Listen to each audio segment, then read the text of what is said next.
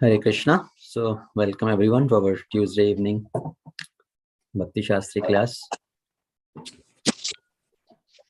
Om Ajnanatimirandhasya Jnananjana Shalakaya Chakshurunmilitam Yena Tasmai Shri Gurave Namaha Mukam Karoti Vachalam Pangum Langhayate Girim Yat kripa tamaham vande Shri Guru Dinatarinim Paramananda Madhavam Shri Chaitanya Namo Vishnupadaya Krishna Pristhaya Bhutale Srimate Bhakti Vedanta Swami Tinamine Namaste Saraswati Devi Gauravani Pracharine Nirvishesha Shunyavadi Paschatya Deshatarine Jai Shri Krishna Chaitanya Prabhu Nityananda Shri Advaita Gadadha Shrivasadi Gaura Bhakta Vrinda Hare Krishna Krishna Krishna Hare Hare Hare Ram Ram Ram Hare Hare. Okay, so last time we discussed Isopanishad Mantra 6 and 7. Today we'll be discussing Mantra 8. Hopefully everybody had the opportunity to read Mantra 8 in the book. So going over the recap, what we discussed in the last two mantras 6 and 7, it talk about if we want to understand the Supreme Lord, how to see everything in this world with the spiritual vision. Right? Developing a spiritual vision for the worldly things and worldly objects. And how do we do that? So mantra 6 actually talk about developing the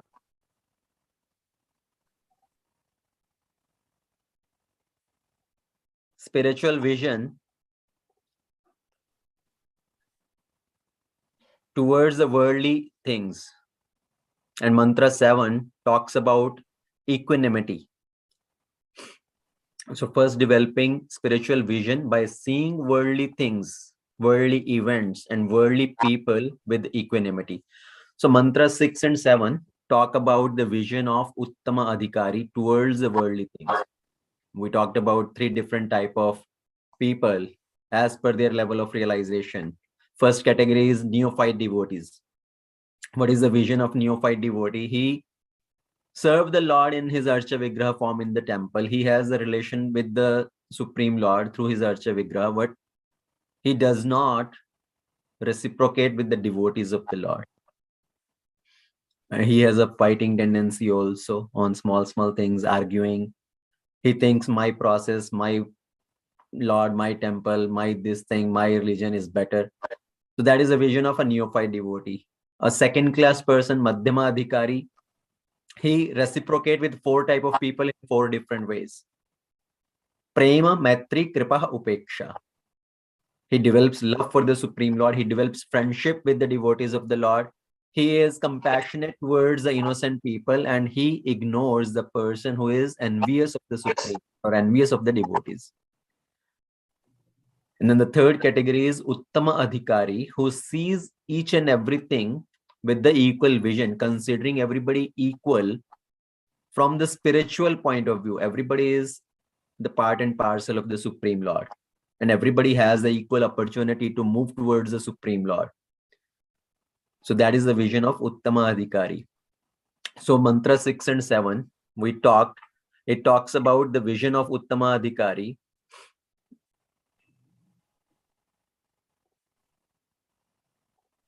So hopefully everybody can see the screen. Yes, Prabhuji. So mantra 8 now is vision of Uttama Adhikari for the Supreme Lord. How does the Uttama Adhikari, a person in the topmost level of realization, how he understands the Supreme Lord in all his different characteristics, different opulences? So last time we discussed 4 type of objects and 4 type of different vision, and what are the consequences of that. If we are looking at the material object with the material vision, it leads to bondage. So there are so many material things in this world, and if we look at that from the material point of view with the material enjoyment propensity, that leads to bondage, because when we have a sense enjoyment propensity, we will commit sinful activities, so it leads to sin. And if object is spiritual but the vision is material, that will lead to offenses. So if the vision is material, either it's a material object or a spiritual object, that will either lead to sin or offense. So we don't want sin or offense. What do we want? We want purification, ecstasy when we advance in spirituality. So if it's a material object also, if we see that material object with spiritual vision, right? I spoke about the example. If there is any material object in the form of let's say microphone, and we use that microphone in service of Krishna. There is camera, we use the camera in service of Krishna. So object is material, but the vision is spiritual. That leads to purification. And if the object is spiritual and our vision is also spiritual, then it leads to ecstasy. It leads to purification, plus going further, advanced stage is ecstasy. There is a disturbance coming. Can everybody please go on mute? I think there is an echo coming because of not being on mute.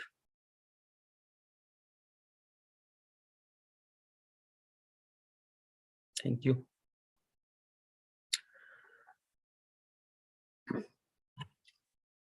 So spiritual object, spiritual vision, that leads to purification of the heart. Now mantra 8. What does mantra 8 speak about? Let's first read mantra 8.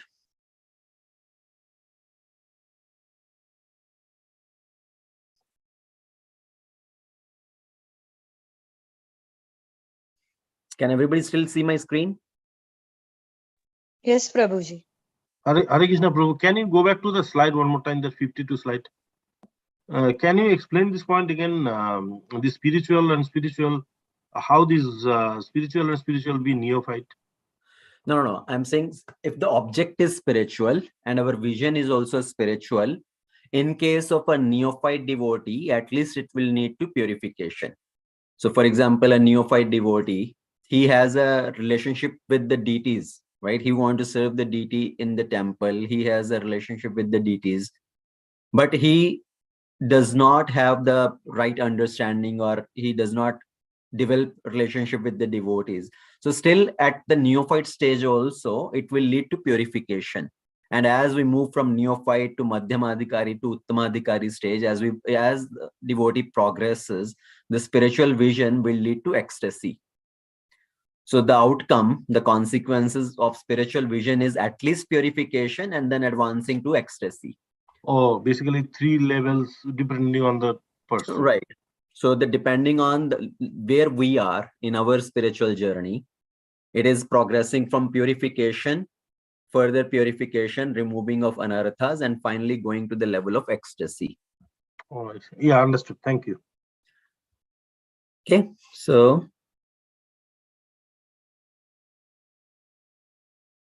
now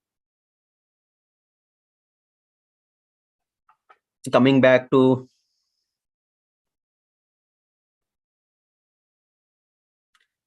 the mantra 8.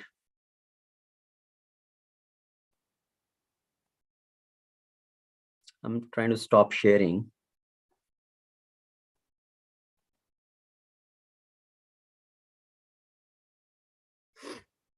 So the mantra 8, will anybody like to recite 8 mantra?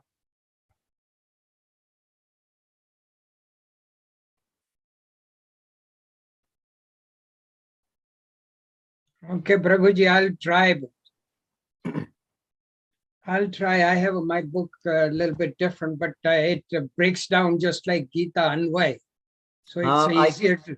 I mean, if it's a different book, maybe then I can recite. if it's something different. So Sahaprayagat Sukaram Akayam Avranam Ashnaviram Shuddham Apapavidham Kavir Manisihi Prabhibhu Swayambhu Yatha Athayato Arhan Vyadhyavach Cha Ashvatvya Sambhavyah Samabhyah. So the translation of this mantra is such a person who factually knows the greatest of all, the personality of Godhead, who is embodied, omniscient, beyond reproach, without veins, pure and uncontaminated, the self-sufficient philosopher who has been fulfilling everyone's desire since time immemorial. So if we read this mantra, what does this describe? It talks about the qualities of the Supreme Lord as per the vision of Uttamadhikari. So what is the vision of Uttamadhikari?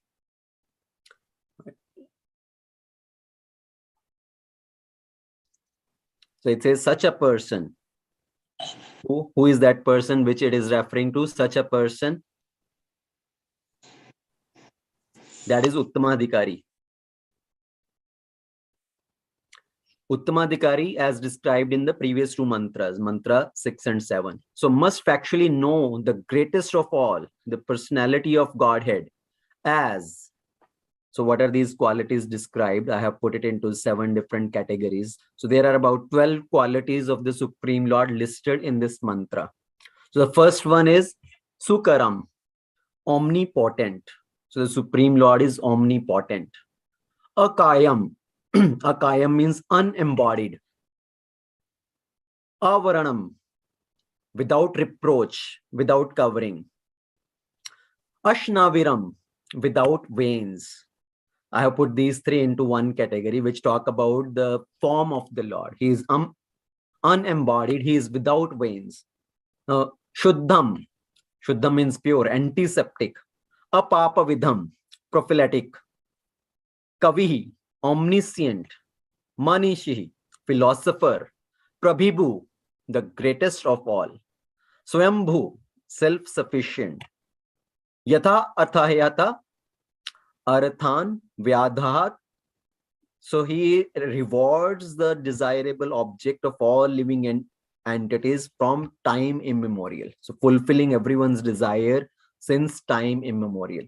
So these are the different qualities listed of the Supreme Lord. Now we'll go through one by one some of these qualities as Prabhupada is explaining all these qualities as per the vision of Uttamadhikari in the purport of this mantra. So what does all these different qualities mean? So first of all, Sukram, omnipotent. So this means the Lord can perform any function. He can walk with his hands. He can accept things with his legs. He can see with his hands and feet. He can eat with his eyes. So he can perform any task with any part of his body limb. In Brahma Samhita also, there is a very beautiful verse which describes this quality of the Supreme Lord. Angani yasya saklendriya vrittimanti pashyanti panti kalyanti chiram jaghanti ananda chinmaya sat ujjvala vigrahasya govindamadhi purusham tamaham bhajami. So what this verse says is Angani yasya saklendriya vrittimanti. One sense of the Supreme Lord can perform the task of another sense. So he can see through his ears also. He can eat through his eyes also. So Lord is omnipotent. That's how the Archa Vigraha form of the Lord, when we offer the food stuff, right, the Nevedya to the Lord. For a person who is not well versed with the science of deity worship, he may think, what is the use of offering this Nevedya? The whole plate is just kept like that. Lord is not eating anything. Why you are offering this to him? But they don't understand. Lord does not eat the way we eat. He can just accept our offering by looking at the offering. He can accept the food stuff by just seeing the food. So the Archa Vigraha worship in the temple is also expanded form of the Lord. It also, at one level, it shows the omnipotence of the Lord. By worshipping the Archa Vigraha, one can at once approach the Lord, who accepts the service of the devotee by his omnipotent energy. But at the same time, we discussed about this earlier also, the Archa Vigraha is not for the purpose to show the omnipotence. Even though Archa Vigraha is there, accepting the service of the devotees, it in one sense it shows the omnipotence, but the main purpose of the Archa Vigraha is to show mercy. Sometimes foolish people, they consider it as matter, that oh, this is made of clay or wood or iron. But Archa Vigraha in any form, it is the representation of the Supreme Lord. It is to show the mercy of the Lord. Sometimes people, they commit so many offenses towards the Archa Vigraha. Sometimes people break, right? There have been so many attacks on the temples, and people break the Archa Vigraha form of the Lord. They will chop off the head and say, what kind of God is this who cannot even protect himself? Or if the fly goes and sits on the deity, they say, what kind of God is that who cannot even fly away this insect from its body?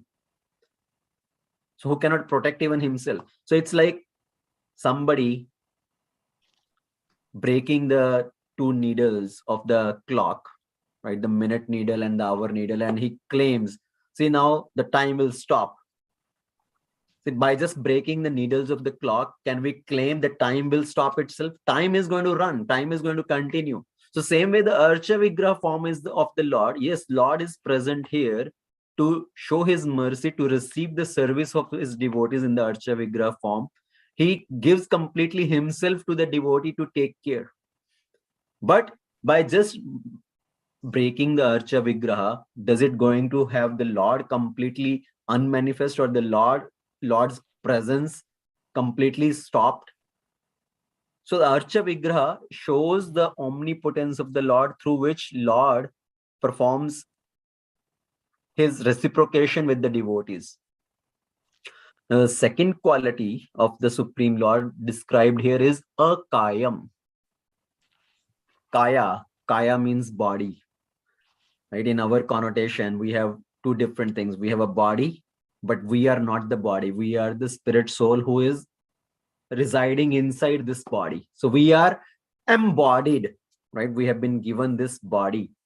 But for the Supreme Lord, Prabhupada uses the word as unembodied. He does not receive a material form. He does not have a body which is made up of material elements. And the second quality which is described here is Ashnaviram, without veins. Now, if the Lord is without form, what is the point of saying without vein also? So in Shwetashatwara Upanishad also, there is a statement which says, Na tasya pratima asti. So what does this statement really mean? Does it mean that God does not have a form? No, actually, if we read the complete statements of this mantra, it points towards the form of the Lord. But what does this statement say? Na tasya pratima asti. It means nothing can compare with the transcendental form of the Lord.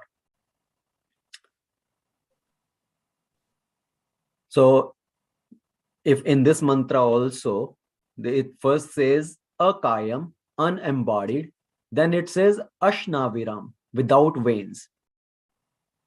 If the Lord does not have a body, what is the need to say there is no veins? It is like if somebody say this person is not wearing any clothes, then after that he says this person is not wearing tie. Is there any need to say this person doesn't have any tie when already has said this person doesn't have any cloth? Because cloth is a bigger set and a tie is a subset of that. The bigger set itself is not there, then what is the point of saying he does not have the smaller subset? He does not have the tie. So how do we understand these statements of the scripture? When one particular statement describes something and there is another statement which describes something else, we have to understand these two statements by adding another third statement. This is called arthapatti. For example, if I say Amlan did not eat throughout the day, and then I make the second statement, Amlan's weight is increasing. Now, both these statements are contradictory. One statement says Amlan does not eat throughout the day. Second statement says Amlan's weight is increasing. It means if both statements are true, then there has to be another third statement to reconcile these two statements. It means the third statement is Amlan eats secretly in the night. So when there are two conflicting statements in scripture also, we have to look at a third statement, so which is called Arthapatti, which connects both statements. So when it says Lord does not have a form, and then there are other statements which says Lord sees, Sa Ikshati, right? There is another statement in the Upanishad, Sa Ikshati, Sa Yujjati. So the Lord glanced over, and by his glancing over, there was creation. And he sees. So when these statements, different statements are there, when he doesn't have a body, then there is a question of having the eyes. So what does these two statements, how to reconcile these statements? It means there is another statement which says, Lord does not have a material form. His form is completely spiritual. See, we are embodied. Embodied means we are put inside a body. We are caged inside a body.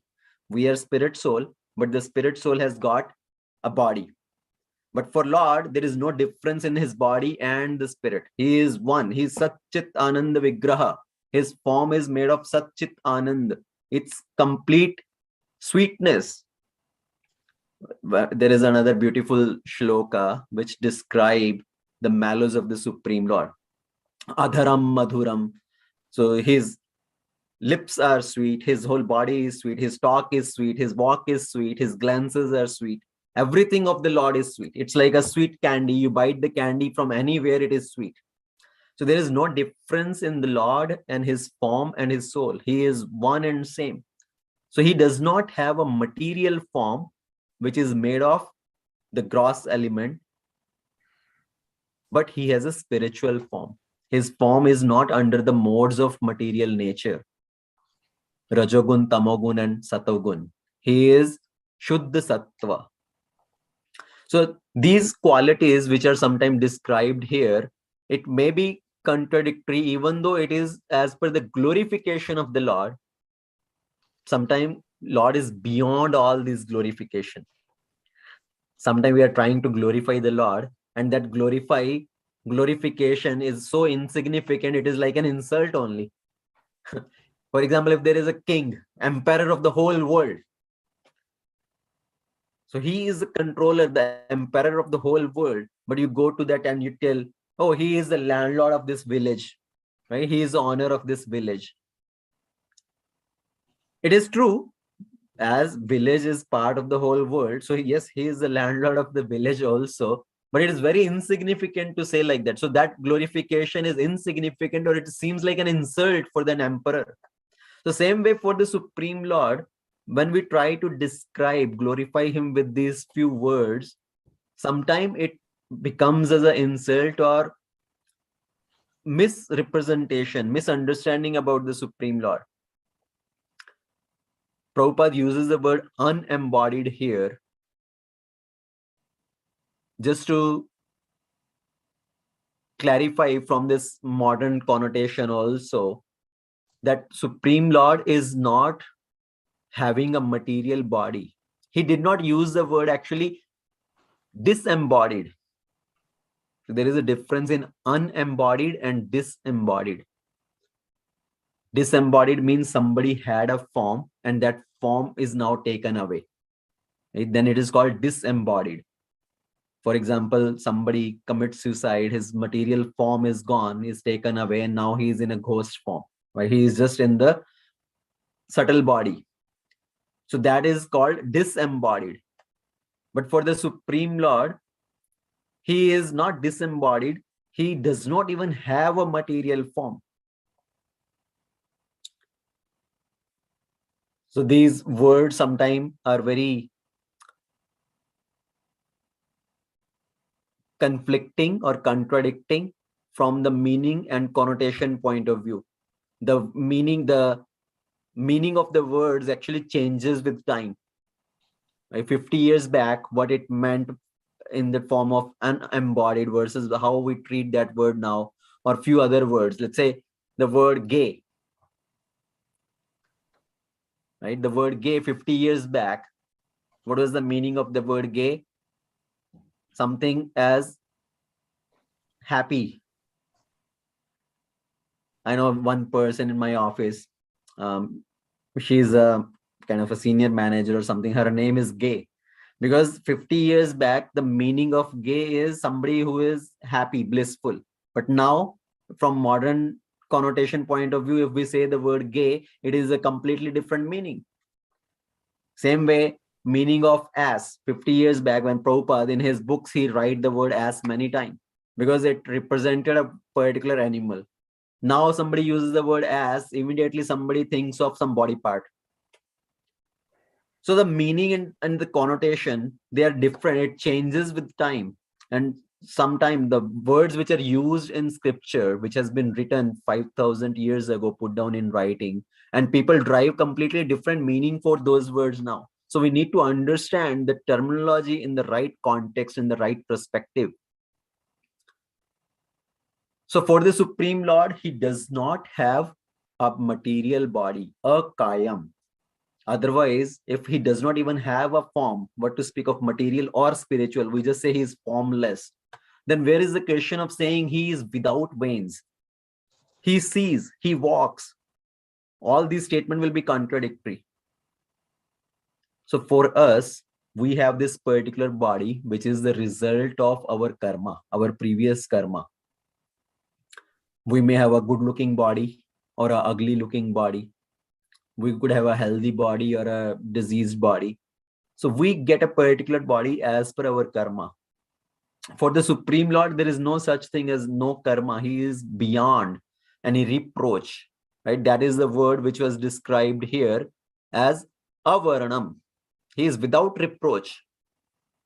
All this material law does not apply on the Supreme Lord. We get this body because we have committed certain activities. We have, first of all, chosen to be here in this material world separate from Krishna. And Krishna has given us this body in the material world to live in this material world based on our different desires. Because of our desire to enjoy independently from the Lord. An example of a small child. If a child wants to drive a car, right? The father is driving the car and child insists, no, I want to drive this car. And the father proposes, okay, I will put you in my lap. And so you sit and you can put your hand on the steering column. And the child says, no, I want to drive by myself. I don't want to sit in your lap. I don't want to just have a feeling. See, as a faking up that I am driving. Actually, you are driving. I'm just sitting on the lap. So I want to drive myself. Now, the father has multiple different options how to treat with that child. He doesn't want to give the car to the child so he can crash the car. So either the father, he could just slap the child and make him sit in the back of the car with the mother, and the father drives the car. But that's also not a good option. Father could have just locked up the child in the house and he could have gone by himself. Father doesn't want to do that also. Now, third option is father could have stood outside the car and let the child drive the car. Now, the child, if he try to drive the real car, his feet doesn't reach properly to the brakes or the clutches. And if he try to drive and he will just go and hit something, some wall or some other building or the tree, and damage the car and damage some other property. And then father will go and chastise the boy and say, see, now what did you do? That is also not a good option. So the fourth option, what is that? The father may give a toy car, a pedal car to the child. That, okay, you try this one, you drive this one. So the child is driving that pedal car and the father drives his actual real car. Now, if the father want to go to New York and the child says, no, I will drive my own car. The father is driving his car, going from the house, crossing the subdivision, coming to the main road. And the child is driving his pedal car, paddling. By the time he comes out of the subdivision, he will be tired. I say, no, that's enough. I don't want to drive this car anymore. So I want to just sit with you in the car. So father takes the boy and just puts him next to him in the car or in the back seat. So that is our situation. We have forced Krishna to come in this material world to enjoy separately from Krishna. So Krishna has given us a particular type of body to try to enjoy in this material world. But when we are tired of trying to enjoy, right? We have tried so many different things. We are tired of enjoying or trying to enjoy. And then we finally tell our real father, the Supreme Lord, I'm tired of this. Just please pick me up and make me sit next to you. I want to go with you now. So then we try to progress in spiritual life, to try to understand the Supreme Lord and try to go back to the spiritual world. So we have this body, we have been given this body, but for the Supreme Lord, he is unembodied because he is free from any karmic reaction. He does not having a material body covered by the three modes of material nature. So akayam and ashnaviram. So the next quality which we are going to talk about is Shuddham. Shuddham means he's completely pure. And Prabhupada actually gives a very interesting meaning to these two words here. He says Shuddham means antiseptic and apapavidham. Apapavidham means prophylatic. So Krishna, he treats our disease and he protects us from the disease. So it's like treating the disease once we already have got the disease, and protecting means as a preventive. Before even we get the disease, he is trying to treat us. So Shuddham means antiseptic. He purifies us. Apapavidham, he protects us from committing wrong activities. So antiseptic and prophylactic. Krishna is often compared with sun. The sun extracts the moisture from many untouchable places on the earth. Somebody urinates and the sun evaporates that urine. But now when the sun has evaporated the whole urine, it does not mean the sun has become contaminated. Even though he evaporates so many nasty things from the earth's surface, the still sun remains completely pure. So in fact, it purifies obnoxious thing by virtue of its sterilizing power. Right? That's what Prabhupada is writing in the purport. So if the sun, which is a material object, which is of this material world, if the sun is so powerful, then we can hardly kind of begin to imagine the purifying strength of the all-powerful Lord. How powerful Krishna is, how purifying Krishna is. So antiseptic means what takes away the infection. If somebody has got a cut on the finger, right, with a blade or something, so you want to put some antiseptic cream, antiseptic lotion, so it does not get more infection. So, or if somebody has already got some infection, you put some antiseptic cream. So antiseptic means what takes away infection. So it's a curing effect. But that which acts as preventive medicine to avoid infection or to avoid catching any disease, that is called prophylactic. So Krishna is both curing as well as preventing. Now, we are living in the world of coronavirus. Last 2 years, actually 2 years, when the coronavirus started, right? The whole COVID thing started. Now, people get that COVID vaccination. What does that vaccination means? In what category that is? It's antiseptic or prophylactic. Vaccine we get to protect ourselves from getting the virus, right? So that we don't fall sick because of that virus. So it's a preventive. So same way, Krishna is both curing as well as preventive. But from which disease is Krishna trying to cure us?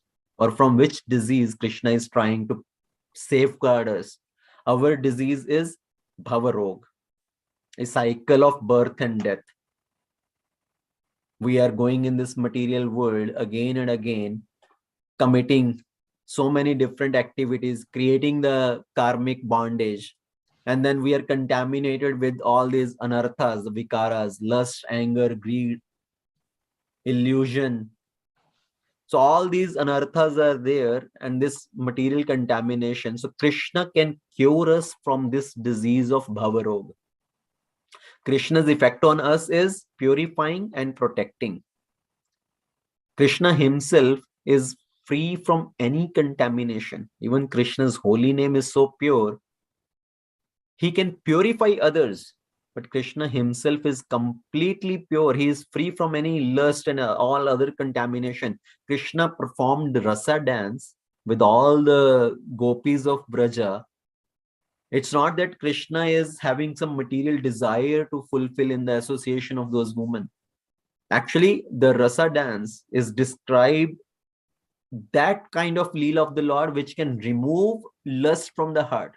So the Rasa Panchadhyaya, the 5 chapters describing the rasa dance of the Lord, it's the falashruti of that pastime, that leela is, it removes any kama, any lust in the heart of the living entity. So how can that be possible? If the Lord himself had that lust, how he could remove the lust from others' heart? So Lord himself is free from any contamination. In Srimad Bhagavatam, the verses that describe by chanting the holy name of the Lord, the great sages, they become completely liberated. They become free from any vices, any anarthas. Shronvataham swakatha Krishna punyah shravana kirtana hridyanti stho hayabhadrani vidhunoti surat satam. What does this verse says? By hearing about the Supreme Lord.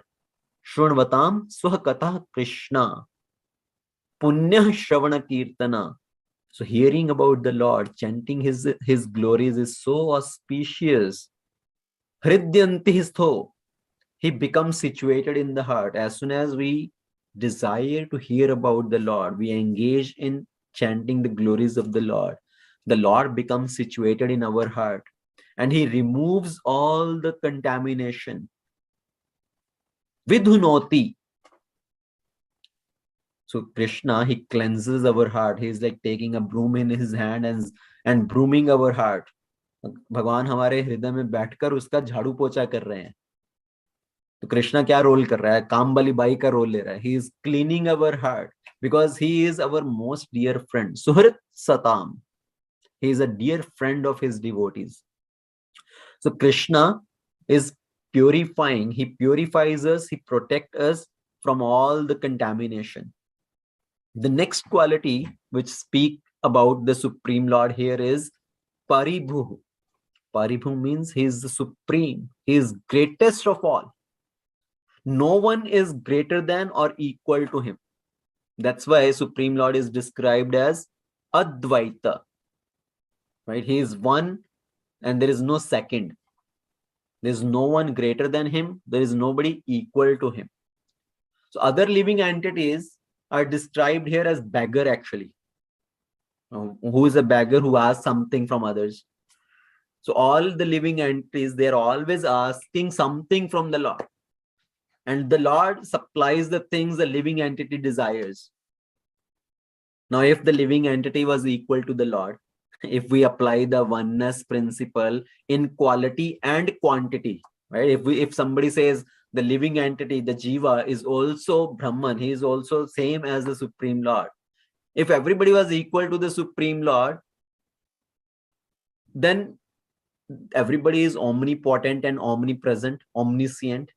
Then there will be no question of their asking something from the Lord.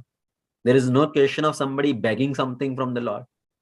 Even though somebody is a very advanced devotee, right? They are begging for liberation from the Supreme Lord. Please liberate me. I want to become liberated. I want to merge in the Brahman. So they are also begging something. They are also desiring something from the Supreme Lord.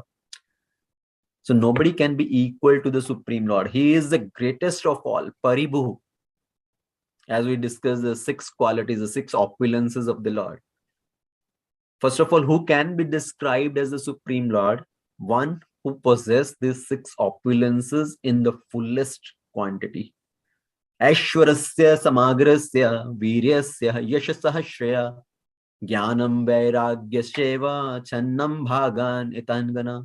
So the Supreme Lord possesses these six opulence in full.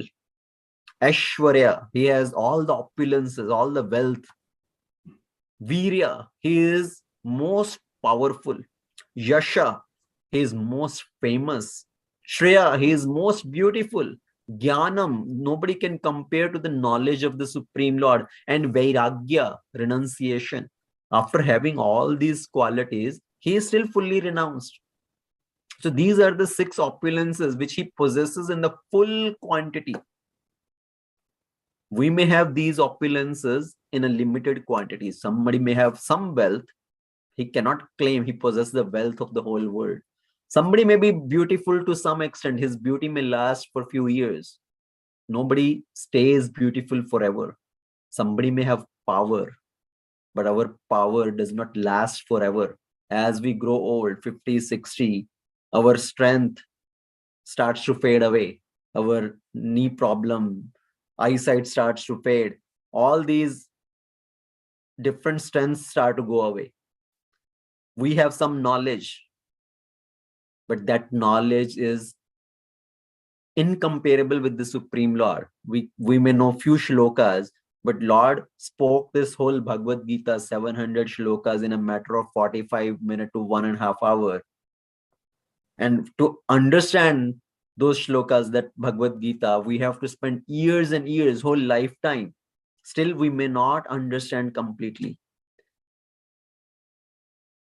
And if we have something, we become attached to that. If somebody has done a nice painting, they become attached to that painting. They want to protect that painting, that nobody put any scratch to that painting.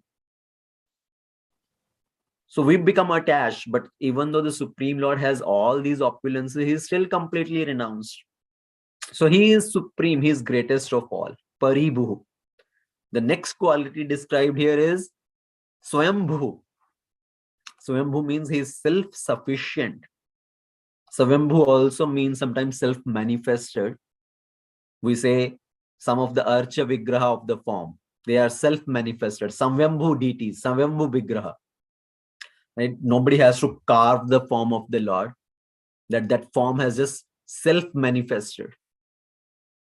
Like Radha Ramanji, the deity of Radha Raman. It manifested from a Shaligram Shila by itself. Nobody had to carve out the deity of the Lord. He just manifested himself as per the request, as per the desire of his devotee. So many Archa Vigraha form of the Lord are Swayambhu. The another meaning of Swayambhu is self-sufficient.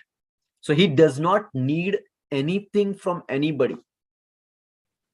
When he comes to this material world, when he accepts any incarnation, any avatara, he is self-sufficient. Even though he sometimes, to perform his leela, he makes himself dependent on his devotee. He is dependent on his mother or father to take care of him. But actually, Lord is self-sufficient. See, Krishna, when he manifested in this material world, he performed so many childhood pastime. He killed so many demons from his childhood. From day 6, that was the first encounter Krishna had with demoness Putana. So he killed Putana, then he killed Shaktasura, then he killed Taranavrata, then he killed so many other demons, Aghasura and Bakasura and so many others. So did Krishna had to take help from somebody? No, he just killed all of them, and he did not even use any weapon. He did not had to take support from any weapon also. Somebody he kicked, somebody he just put his hand inside the mouth, somebody he just pulled onto the tail and whirled him around and threw him away. So many demons Krishna killed. Now, did Krishna had to eat some protein powder? Did Krishna had to go to some gym to build up his muscle power? No, Krishna did not have to do any of those such things. Krishna doesn't even need to go to school to learn, but he went to the ashram of Sandipani Muni. Just to set an example that everybody need to accept a guru in this material world. For Krishna, he went to the ashram of Sandipani Muni not for years. He just went for 64 days and he mastered 64 types of fields of education. So Krishna is self-sufficient. He is not dependent on anything for anybody. In Brahma Samhita also, the verse described Advaitam Achutyam Anadhir Anantarupam Adhyam Purana Purusham Navayovanam Cha Vedeshu Durlabha Adurlabham Atma Bhaktau Govindamadi Purusham Tamaham Bhajami. Advaitam, he is one without a second. Achyutam, he is unfallible. Anadhir, he is eternal. Anantarupam, he has many, many forms. See this point also, Anantarupam. On one side we say Akayam, he is without any form. Another statement is Anantarupam, he has many forms. So again, the point is his form is not material form. In spiritual world, he has many, many forms, as Ram, as a Krishna, as Narsingadev, as Vamanadev, as Matsya, as a Kurma. So he is present in many, many forms. Adhyam Purana Purusham, he is the oldest person. Navayovanam cha, still he is like a ever fresh youth.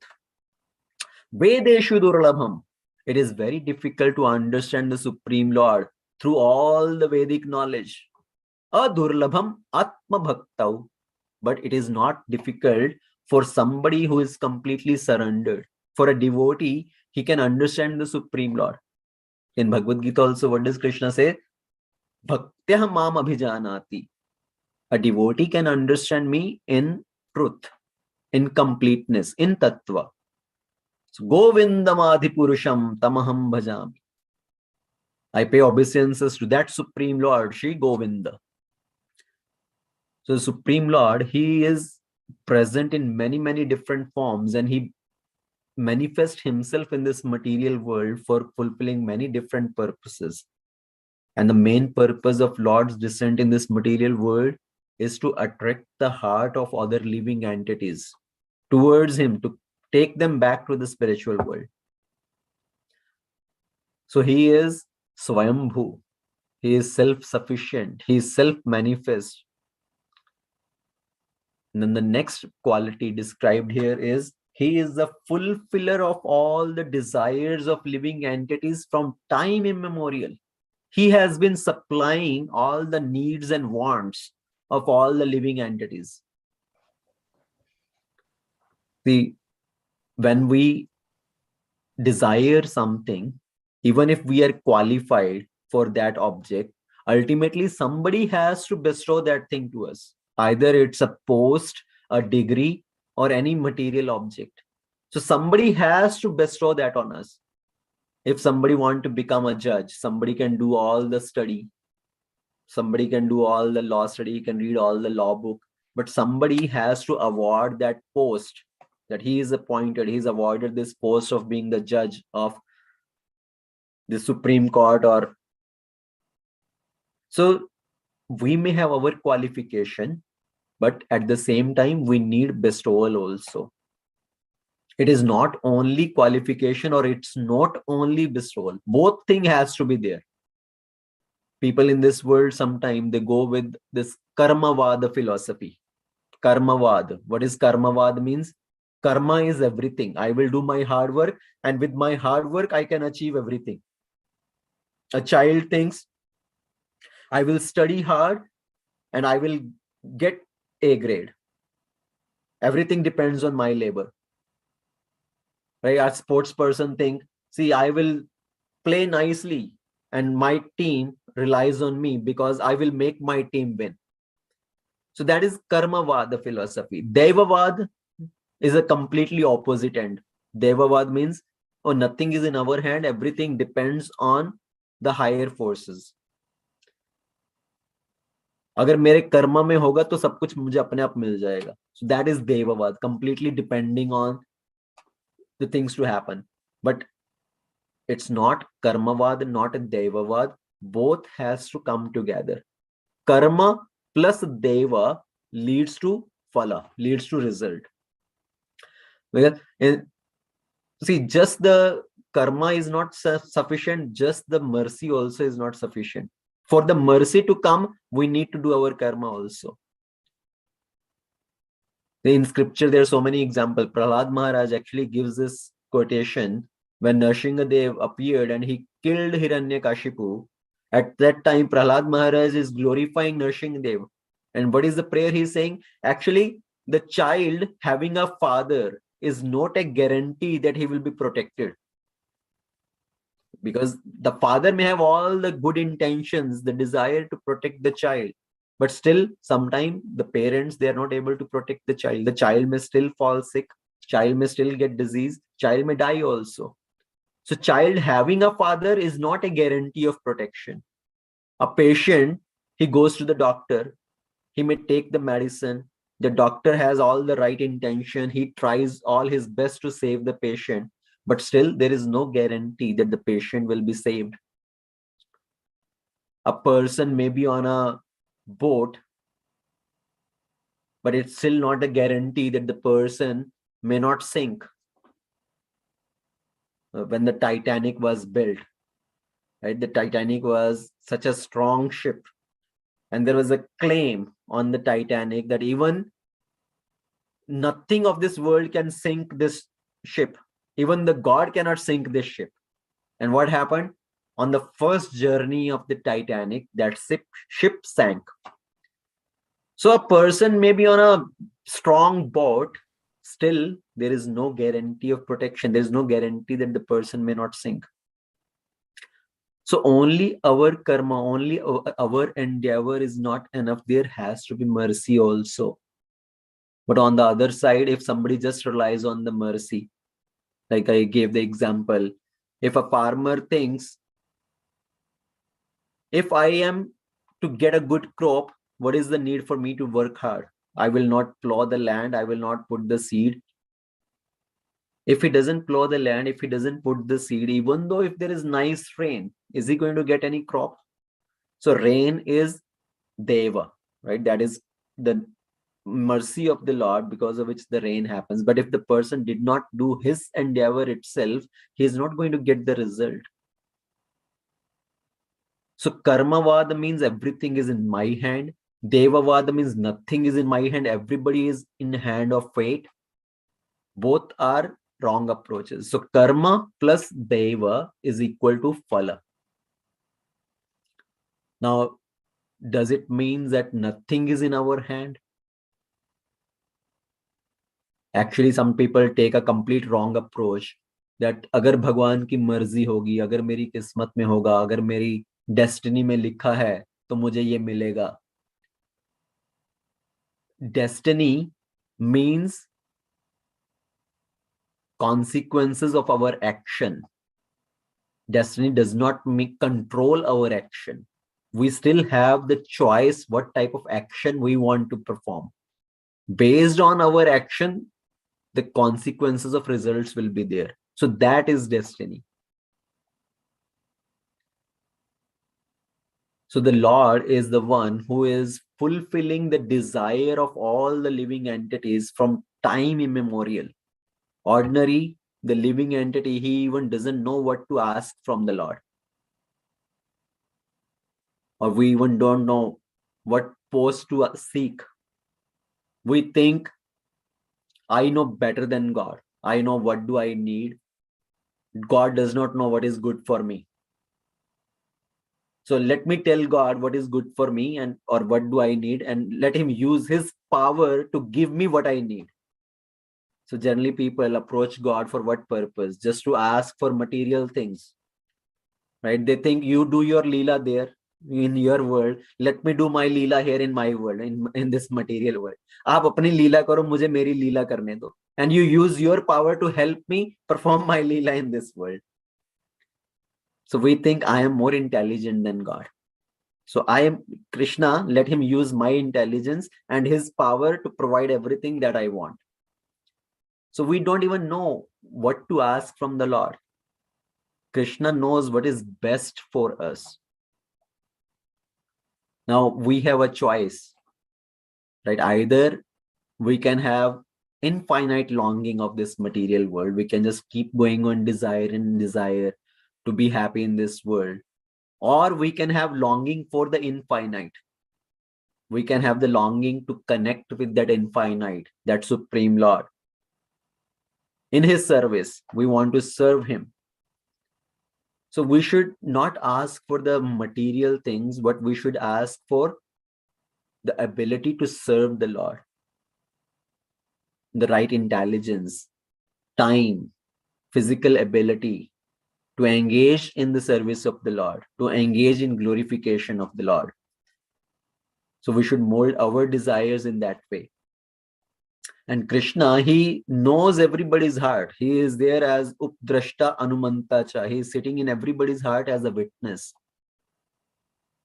as the sanctioner of our desires. So He is fulfilling the desires of all the living entities for time immemorial.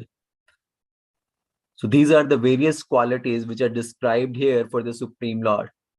Again, going back as the summary of this verse, what this verse describes, what are the various qualities described here. So Sukaram, He is omnipotent. He can perform any task. One sense of the Supreme Lord, one organ can perform the task of another limb. Akayam, He is unembodied, means He does not have a material form like the living entity in this world. Shuddham, He is antiseptic. He cures from our disease. Apapavidham, He is prophylatic. He protects us from the disease of this world. He is omniscient. He is the greatest of philosopher. Paribhu, He is the greatest of all. Swayambhu, He is self-sufficient. He does not need the support of anything or anybody. And He is the sanctioner of all our desires. He awards the desire of everybody from time immemorial. So these are the qualities which are described here as per the vision of a Uttamadhikari, how we should understand the Supreme Lord. So I will stop here. If anybody has any questions or comments. Hare Krishna Prabhuji. Hare Krishna, Raju Prabhu. We already discussed in one of the discussion that God has the qualities full of knowledge, full of wealth, and here also character. So is also this also added to that list, or like the other one we discussed previously is the superior one? So that previous verse we discussed, those are the 6 opulences of the Supreme Lord. Right. So these words which are used here to describe the qualities of the Lord, those are as an indirect way. Because here, see, it talks about that person who has all these qualities. He does not talk about who that person is, the form of the Lord, the name qualities of the Lord. It indirect way. So in the very first class, I mentioned the Upanishads. What does the Upanishad do? They indicate towards the Supreme Lord. Okay, so here in this verse also, it is describing the qualities of the Supreme Lord in a very, at a high level, at a very vague level.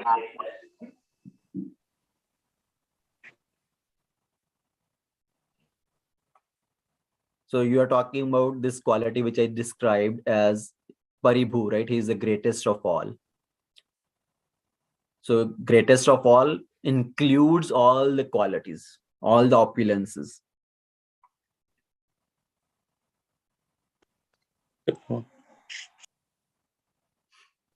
Okay.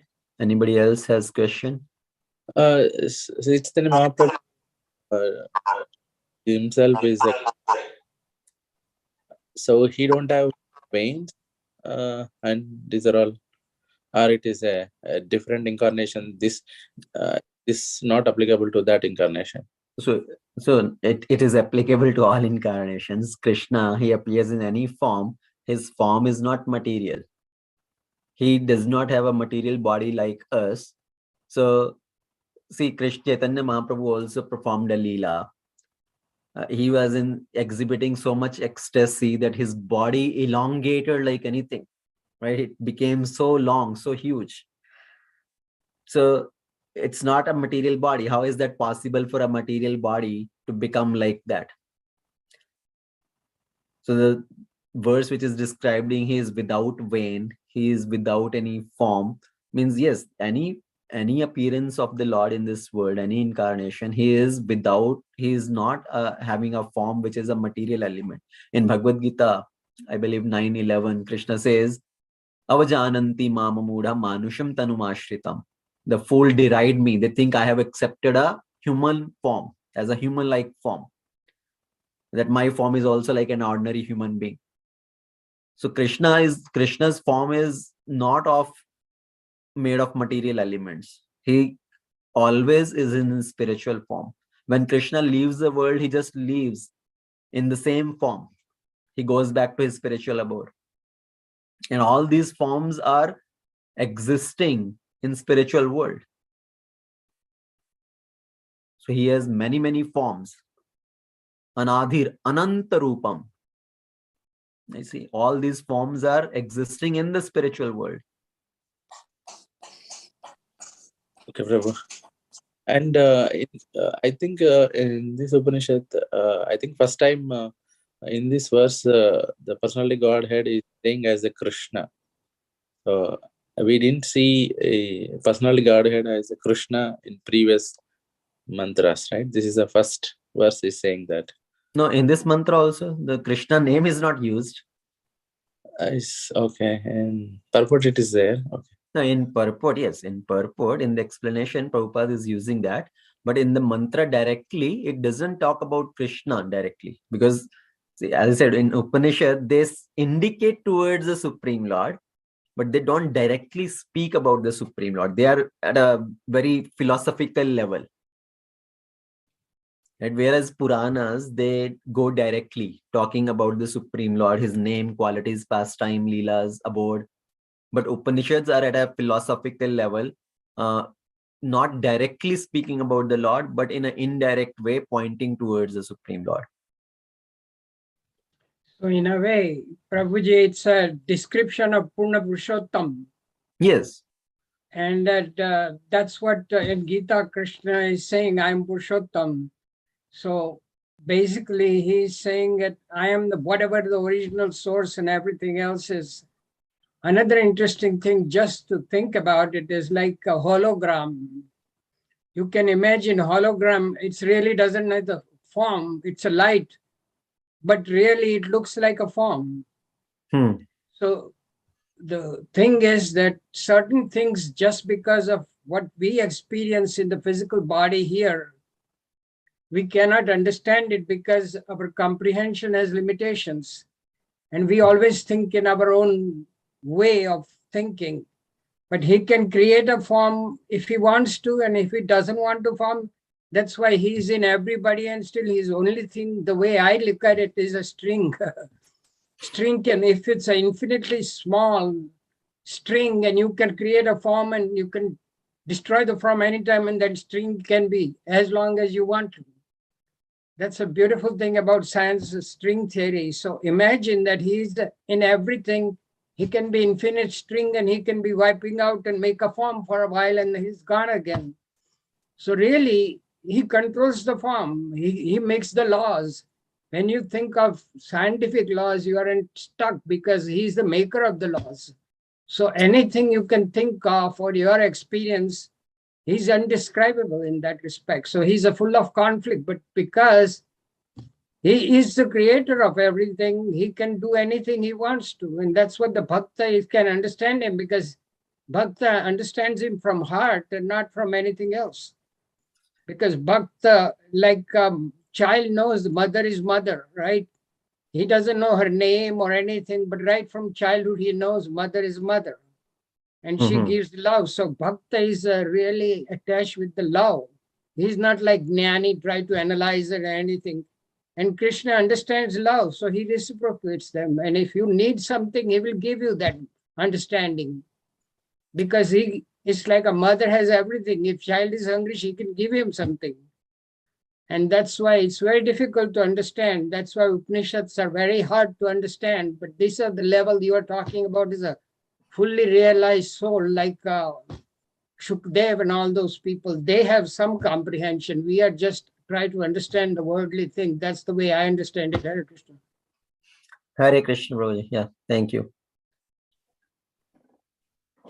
Prabhuji, what does omniscient mean? Omniscient means he's present everywhere. He knows everything. Isn't that omnipresent? Yes, omniscient. Yeah, that is omnipresent. Omnipresent means he's present Omniscient everything. means, I think, conscious. He is conscious of everything. Conscious of Omniscient. everything. So basically, he knows everything. We may know certain thing, right? Yeah. We know about our body, what is happening in our body, but he knows each and every living entity. Thank you, Prabhu. This word, I was thinking about this word, proof. I cannot tell that word properly. Why Prabhupada use that difficult word?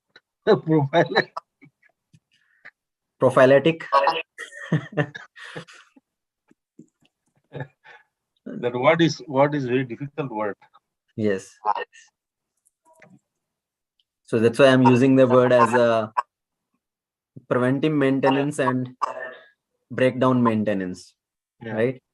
So antiseptic is breakdown maintenance, prophylactic is preventive maintenance.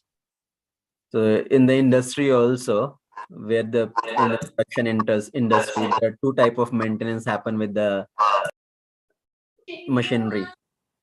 Sometimes we have the maintenance when the machinery breaks down, right? Then you will go and fix that machinery. And time to time, we have preventive maintenance also. You will go do the greasing and oiling of all the different machines, so they run for longer. So that is preventive maintenance. So Krishna does our preventive maintenance also, and Krishna does our breakdown maintenance also. And the other word, this reproach, and then it says abranam. Abranam is some kind of, it feels like it is a cover. Right. Avranam, see, anavaranam. Anavaranam is without covering. Avaranam is which is covering. And the another meaning of avaranam, which Prabhupada is explaining here, is without reproach, means nobody can punish him. He is beyond the laws of this material world. The laws of material world does not apply on Krishna. That is the meaning of avaram here. He is without reproach. Yeah, this reproach word also very difficult word. Prabhupada is using the same mind flows because the Upanishads are very technical, right? Very difficult for understanding. And Prabhupada is carrying on that same mindset. He is using these words as for great scholars, philosophers who want to understand these Upanishads. Prabhuji, if I remember correctly, in Shankaracharya and all that, they are describing different avaran, all different koshis, panchakoshis, they are like avaran, they are coatings.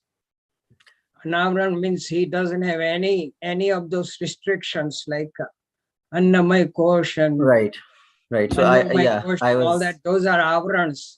Right. Those are the coverings, but he doesn't have any coverings. This is a human Jivatma has this kind of avaran. He doesn't have any covering, so he is not bound by anything. Like all the gunas and everything, he doesn't have it. He creates it if he wants to, but he doesn't really have to be bound by it. We are bound by it. That's why avaran means coating, but for Jiv, these are the avarans he has. But he doesn't have any avaran. That's why he's saying he's just undescribable. Neti, neti, neti. It just comes to the same thing. Right. You cannot describe him in a physical. Yeah. Bottom line is basically the laws of this material world does not apply on him. Right. So Prabhupada just makes that in a very simple statement. He is without reproach. He cannot be accountable as per the laws of this material world. Okay, any other question, comment? Any quick question?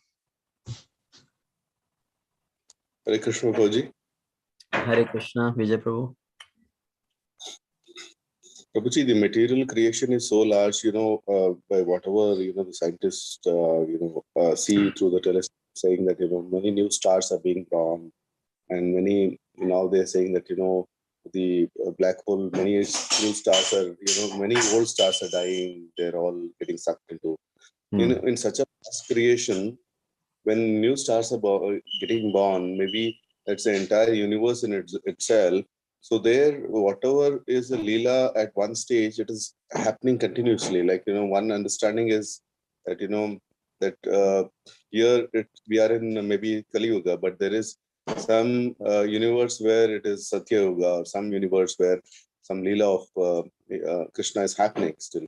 So in one sense, eternal things are really, these forms are eternal, like that. Right. So that's what scriptures describe. Krishna is present in some part of the world at every time, right? Krishna, he disappeared from here, from our particular vision, but Krishna is present in some other part. It's just like the sun.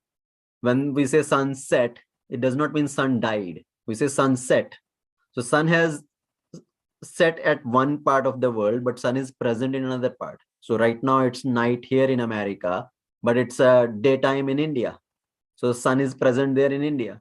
So same way the Supreme Lord, when he appears in this world, yes, in one part of the world, in one particular material world, he has unmanifested. Now he has winded up his Leela, but he's present in some other material world, some other universe. He's performing his Leela.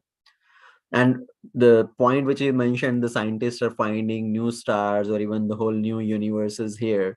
See, those are existing always. It's that's that we did not know that. When we come to know about something, it does not mean that object created at that time.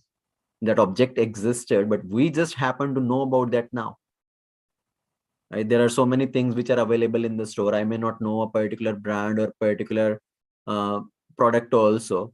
I may see that particular product or particular brand for the first time. So it does not mean before that it did not exist. The same way when the science is finding new things, new star, new galaxies, new universes, it does not mean it just created now. So those were existing. We are just coming to know about those now. Yeah, that's what I just wanted to understand if my understanding is okay or not. Yes. Hare Krishna. Okay, thank you. Rahul Prabhu, any question? No, Prabhuji, thank you so much. Yes. There are nearly Okay, 8. if